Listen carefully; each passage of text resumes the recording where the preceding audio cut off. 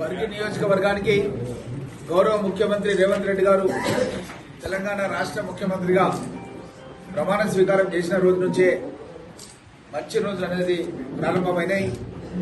మన పరిగి గడ్డ మీద నుంచే రేవంత్ రెడ్డి గారు ముఖ్యమంత్రి అవుతారని చెప్పి ఆ రోజు పిసిసి అధ్యక్షులుగా ఉన్నప్పుడే డికే శివకుమార్ గారి ముందు నేను ప్రకటించడం జరిగింది. దాని ప్రకారం అది గుర్తుపెట్టుకొని ముఖ్యమంత్రి గారు నాతోనే తొలి తెలంగాణలో పరిగి గొంతుతోనే శాసనసభ సమావేశాలు ప్రారంభించడం జరిగింది. ఆ రోజు గంటన్నర సేపు వచ్చే 5 నెలల కాంగ్రెస్ ప్రభుత్వం ఏం చేయబోతుందని చాలా వివరంగా మీకు అందరు కూడా మాట్లాడి చెప్పడం జరిగింది. అందులో భాగంగా ఈరోజు పరిగి హాస్పిటల్ లోపల మన డాక్టర్ ప్రదీప్ గారు, రాజశేఖర్ గారు, వెంకటరత్నం గారు, వాళ్ళ సిబ్బంది అంతా ఇక్కడ ఉన్నారు.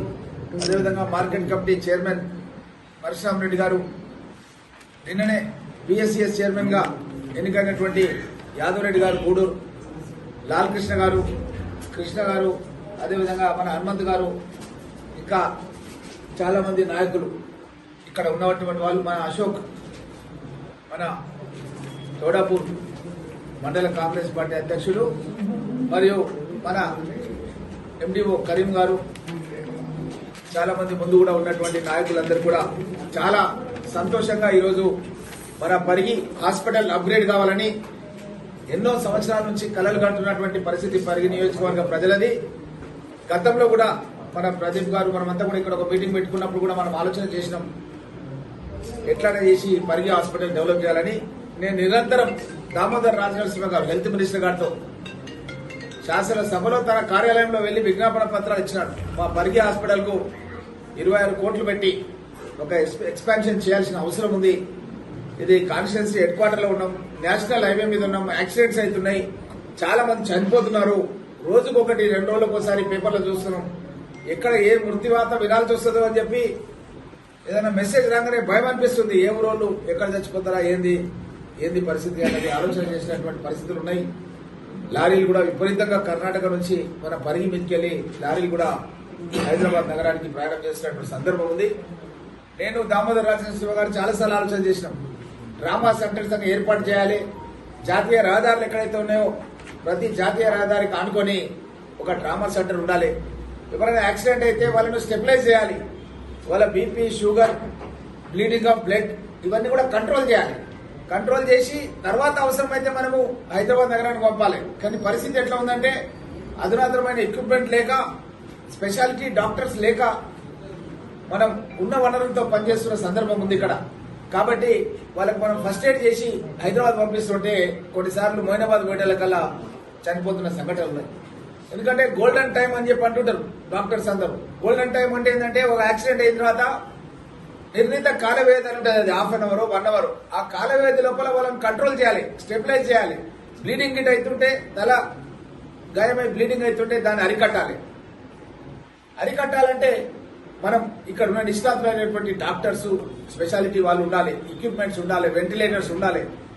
ఇదంతా కూడా లేకుండా ఉంటే చేయడానికి కష్టం. మీకు అందరూ తెలుసు, గతంలో నేను ఎమ్మెల్యే ఉన్నప్పుడే ఈ బిల్డింగ్స్ అన్ని కూడా కట్టించిన, లేకపోతే మనం పూర్తిగా పాత బిల్డింగ్స్ అక్కడ ఉంటుండే, అలాంటి పరిస్థితి ఉండే. ఇప్పుడు 26 కోట్ల రూపాయలది శాంక్షన్ ఆర్డర్ తీసుకుని ఈరోజు పత్రికా మిత్రులందరి ముందు నేను పరిగి నియోజకవర్గ ప్రజలకు సంతోషంగా ఒక 1 ఇయర్ గవర్నమెంట్ లోపల 26 కోట్లు పెట్టి మన హాస్పిటల్ ఎక్స్పాన్షన్ గురించి ఈరోజు టెండర్స్ పిలిచి, మీకు తెలుసు రామ్మోహన్ రెడ్డి అంటే ఏం చెప్పినా నిజం చెప్తాడు, జీవాలతో సహా చెప్తాడు. వేరే వాళ్ళలాగా మనం చెల్లని కాయిదాలు ఇవ్వము, జూట మాటలు మాట్లాడము. అదేవిధంగా ఏ విధంగా ఎక్స్పాండ్ చేస్తామో లేఅవుట్ తో సహా ఆల్రెడీ అధికారులు కూడా వచ్చిపోయారు. ఇంతకుముందే డాక్టర్ రాజశేఖర్ గారు చెప్పారు, అధికారులు వచ్చి సర్వే కూడా చేసుకొని పోయారు. స్టార్ట్ అయిపోయింది, సర్వే కూడా స్టార్ట్ అయిపోయింది. ఎక్కడెక్కడ ఏ బిల్డింగ్ కట్టాలి, ఈ పాత బిల్డింగ్ అన్ని కూడా కూలగొట్టేసి అధునాతనమైనటువంటి బిల్డింగ్స్ కట్టాలి, కాంపౌండ్ వాళ్ళు కూడా నిర్మించాలని చెప్పి నేను ఆల్రెడీ మన డాక్టర్స్ బృందానికి అందరూ కూడా చెప్పిన.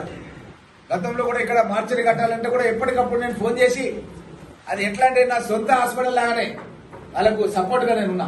అదేవిధంగా మన కాంపౌండ్ వాళ్ళు కూడా అవసరమైతే నా ఎమ్మెల్యే ఫండ్ పెట్టైనా సరే కాంపౌండ్ వాళ్ళు కట్టియాలి. ఎందుకంటే ఇది మనందరూ కూడా అవసరం. ఎప్పుడు ఏమవుతుందో ఎవరికి ఏమవుతుందో చెప్పలేం. మనం కరోనా టైంలో కూడా మీకు అందరూ తెలుసు, వ్యాక్సిన్ వేసుకోవాలంటే భయపడుతున్నటువంటి పరిస్థితులు ఉన్నాయి మన పరిగిల. నేను కుటుంబ సమేతంగా మన ఇక్కడ ఆల్రెడీ హనుమంతు, కృష్ణ, లాల్ కృష్ణ వీళ్ళంతా ఉన్నారు. మేమంతా వచ్చి మేమే ఫస్ట్ వ్యాక్సినేషన్ వేసుకున్నాం మేడం. ఎందుకంటే వాళ్ళు ప్రజలకు తెలియదు, పుకార్లు పుట్టిస్తాడు. ఇక్కడ చదువురాని వాళ్ళు ఉంటారు, వ్యాక్సినేషన్ వేసుకుంటే చచ్చిపోతారని పుకార్లు పుట్టించాడు. అది వాళ్ళకి వ్యాక్సినేషన్ వేసుకుంటేనే బతుకుతున్న విషయం తెలియాలి. నేనే వచ్చి ఫస్ట్ వ్యాక్సినేషన్ వేసుకొని దాన్ని పేపర్ల ద్వారా, వాట్సాప్ ద్వారా అందరికి తెలియజేస్తే, అరే ఎమ్మెల్యే సాబ్ వేసుకున్నాడంటే మనం కూడా వేసుకోవచ్చు అని ఇక అందరు రావడం స్టార్ట్ అయింది. అదేవిధంగా నేను సెకండ్ కోవిడ్ వచ్చినప్పుడు కూడా నా medical college, TRR medical college Patancheru దగ్గర నేను ఉండి అక్కడ స్వయంగా నీలపల్లి సూపరింటెండెంట్ గా పనిచేసిన రంగనాథ్ మంది గారు సూపరింటెండెంట్ గా ఉంటే నేను ఆయన అక్కడే హాస్పిటల్లో ఉండి చాలా మంది రోగులు మన పరిగి ప్రాంతం నుంచి సర్పంచ్ గా పోటీ చేసి వచ్చిన వాళ్ళు కూడా చాలా మంది ఉన్నారు. మన కుత్బుల్లాపూర్ లోపల కూడా అక్కడ మన క్యాండిడేట్స్ ఉన్నారు, లీడర్స్. వాళ్ళు కూడా వచ్చి మన దగ్గర హాస్పిటల్లో గోవర్ధన్ రెడ్డి వీళ్ళంతా కూడా వచ్చి హాస్పిటల్లో జాయిన్ అయ్యి ట్రీట్మెంట్ తీసుకున్నారు. పరిగి మన వికారాబాద్ మండల్ కాంగ్రెస్ ప్రెసిడెంట్ రాజశేఖర రెడ్డి కూడా నేనే పీపీ కిట్ వేసుకున్నా, డాక్టర్స్ లాగా వీళ్ళ టీం లాగా వేసుకొని నేనే రిసీవ్ చేసుకొని తీసుకొని పోయి ఆయన ట్రీట్మెంట్ చేపించి పంపించిన. అప్పుడు తీసుకురావాలంటే భయం. అప్పుడు నేను అంబులెన్స్లు పెట్టిన అంబులెన్స్లే మన జిల్లా మొత్తం తిరిగినాయి. వికారాబాద్, తాండూరు రెండు కూడా మన పూడూరుది, మన పరిగివి, మన కులచెర్ల అంబులెన్స్ల మొత్తం కూడా జిల్లాలో ఈ కరోనా పేషెంట్స్ టైం లోపల సర్వ్ చేసినాం. మళ్ళీ మనం మొన్న 2 కొత్త అంబులెన్స్ తీసుకొచ్చినాం. మనం పూడూరుకు, మన దోమ మండలికి ఇచ్చినాం. ఇంకా కూడా కావాలని పత్రికా మిత్రులు కూడా, సార్ మీరు బాగా చేస్తున్నారని చెప్పి మన జైపాల్ లాంటి వాళ్ళు మీరు ఇంకా కూడా ఇవ్వాల్సిన అవసరం ఏంటంటే మళ్ళీ ఇంకోటి కూడా నా ఎమ్మెల్యే కోట కింద ఇంకోటి కూడా రాయడం జరిగింది.